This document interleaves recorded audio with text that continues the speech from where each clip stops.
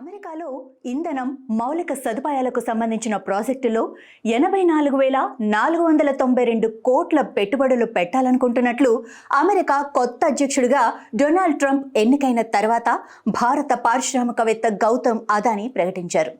ఇప్పుడు అదానీపై అమెరికాలో మోసానికి సంబంధించిన ఆరోపణలు నమోదయ్యాయి. ఈ పరిణామం స్వదేశంలో, విదేశాల్లో ఆయన వ్యాపార లక్ష్యాలకు అడ్డంకిగా మారచ్చు. ప్రపంచంలోని అత్యంత సంపన్నుల్లో భారత్కు చెందిన గౌతమ్ అదానీ కూడా ఒకరు. 62 ఏళ్ల గౌతమ్ అదానీ ప్రధాని నరేంద్ర మోడీకి అత్యంత సన్నిహితులు. ఓడరేవులు, పునరుత్పాదక ఇంధన రంగాల్లో ఆయన వ్యాపార సామ్రాజ్యం సుమారు 14,27,931 కోట్లకు ఎదిగింది.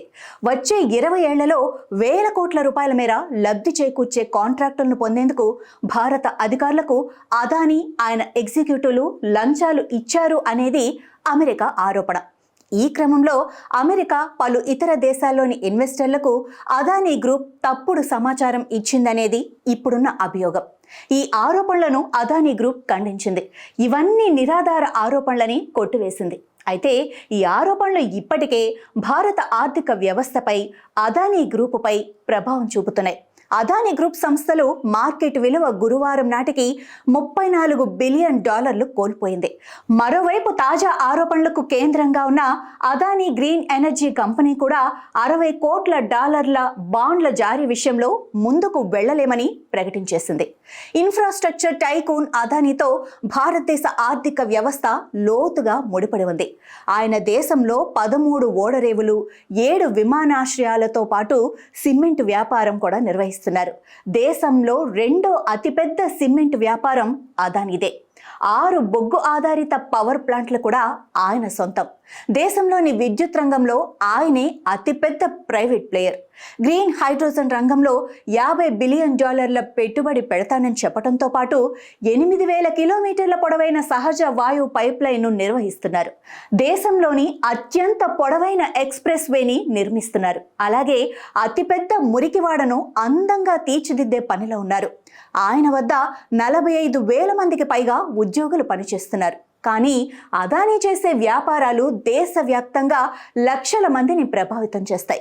ప్రపంచవ్యాప్తంగా కూడా పలు దేశాల్లో ఆయన వ్యాపారాలున్నాయి. ఇండోనేషియా, ఆస్ట్రేలియా బొగ్గు గనులతో పాటు కెన్యా, మొరాకో ఇంధన ప్రాజెక్టులు కూడా నిర్వహిస్తున్నారు. టాంజానియా, కెన్యాలోనూ మౌలిక వస్తువుల ప్రాజెక్టులపై దృష్టి సారించారు. అదానీ పోర్ట్ఫోలియో మోడీ పాలసీ విధానాలకు దాదాపు దగ్గరగా ఉంటుంది. ఆయన పోర్ట్ఫోలియో మౌలిక వసతులతో మొదలై ఇటీవల క్లీన్ ఎనర్జీ వరకు విస్తరించింది. మోడీతో ఉన్న సన్నిహిత సంబంధాల దృష్ట్యా ఆయన వ్యాపార సామ్రాజ్యాన్ని క్రోనీ క్యాపిటలిజంగా విమర్శకులు పిలుస్తున్నప్పటికీ ఆయన ఎక్కడ ఆగిపోలేదు. ఇతర విజయవంతమైన పారిశ్రామికవేత్తల తరహాలోనే అదానీ కూడా చాలా మంది ప్రతిపక్ష నేతలతో మంచి సంబంధాలను ఏర్పరచుకున్నారు. వారి రాష్ట్రాల్లోనూ పెట్టుబడులు పెట్టారు. లంచానికి సంబంధించిన ఆరోపణలు చాలా తీవ్రమైనవి. అదానీ, మోడీ మధ్య విడదీయరాని సంబంధాలున్నాయి. ఇది భారత రాజకీయ ఆర్థిక వ్యవస్థను ప్రభావితం చేయబోతోంది. గౌతమ్ అదానీ కంపెనీ దశాబ్దాలుగా స్టాక్ మానిపులేషన్, అకౌంటింగ్లో మోసాలకు పాల్పడింది అంటూ America short seller company Hindenburg research 2023 జనవరిలో ఒక నివేదికను విడుదల చేసింది.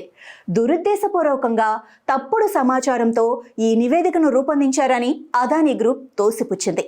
ఆ తర్వాత దాదాపు 2 ఏళ్లుగా తన ఇమేజ్ను పునర్నిర్మించుకునేందుకు అదానీ ప్రయత్నిస్తున్న తరుణంలో తాజాగా లంచానికి సంబంధించిన ఆరోపణలు మరోసారి ఆయన్ను చుట్టుముట్టాయి. తనపై వచ్చిన తాజా ఆరోపణలను అదానీ ఖండించారు.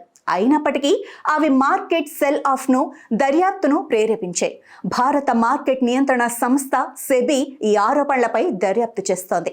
అదానీ తన ఇమేజ్ను పునరుద్ధరించుకోవటానికే ప్రయత్నిస్తూ ఉన్నారు. హిండెన్బర్గ్ గ్రూప్ మోపిన ఆరోపణలు నిజం కావని చూపేందుకు ప్రయత్నిస్తున్నారు. నిజానికి ఆయన కంపెనీ వ్యాపారాలు సవ్యంగానే నడుస్తున్నాయి. గత ఏడాది కాలంలో అనేక కొత్త డీల్స్ చేశారు, పెట్టుబడులు పెట్టారు. కాబట్టి తాజా పరిణామాలు ఆయనకు ఎదురు దెబ్బ అని చెప్పవచ్చు. ప్రస్తుతానికి స్వదేశంలో ప్రాజెక్టుల కోసం మూలధనాన్ని సేకరించడం అదానికి సవాలుగా మారొచ్చు. మార్కెట్ స్పందించిన తీరును చూస్తే ఇది ఎంత తీవ్రమైన అంశమో కూడా తెలుస్తుంది. ప్రధాన ప్రాజెక్టుల కోసం నిధులను అదానీలు సమకూర్చుకుంటున్నారు. కాకపోతే కాస్త ఆలస్యమవుతోంది. ప్రపంచవ్యాప్తంగా తన వ్యాపార సామ్రాజ్యాన్ని విస్తరించాలనుకున్న అదానీ ప్రణాళికలకు తాజా అభియోగాలు ఆటంకంగా మారొచ్చు. ఒక అంతర్జాతీయ విమానాశ్రయాన్ని టేక్ ఓవర్ చేయడంతో పాటు వివాదాస్పద ఇంధన ఒప్పందానికి సంబంధించిన ఇప్పటికే ఆయన కెన్యా, బంగ్లాదేశ్లో సవాళ్లను ఎదుర్కొంటున్నారు. లంచానికి సంబంధించిన తాజా అభియోగాలు అమెరికాతో అనుసంధానమైన అంతర్జాతీయ విస్తరణ ప్రణాళికలను నిలిపివేస్తాయి.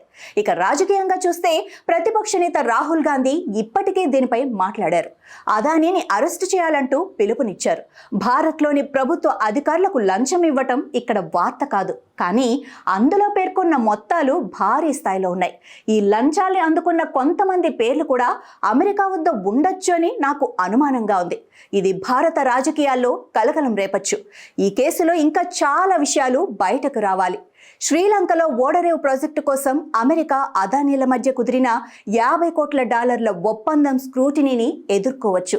తీవ్రమైన ఆరోపణలు వచ్చినప్పటికీ అమెరికా, భారత్ల మధ్య విస్తృత వ్యాపార సంబంధాలు బలంగానే ఉంటాయని విశ్లేషకుల అభిప్రాయం.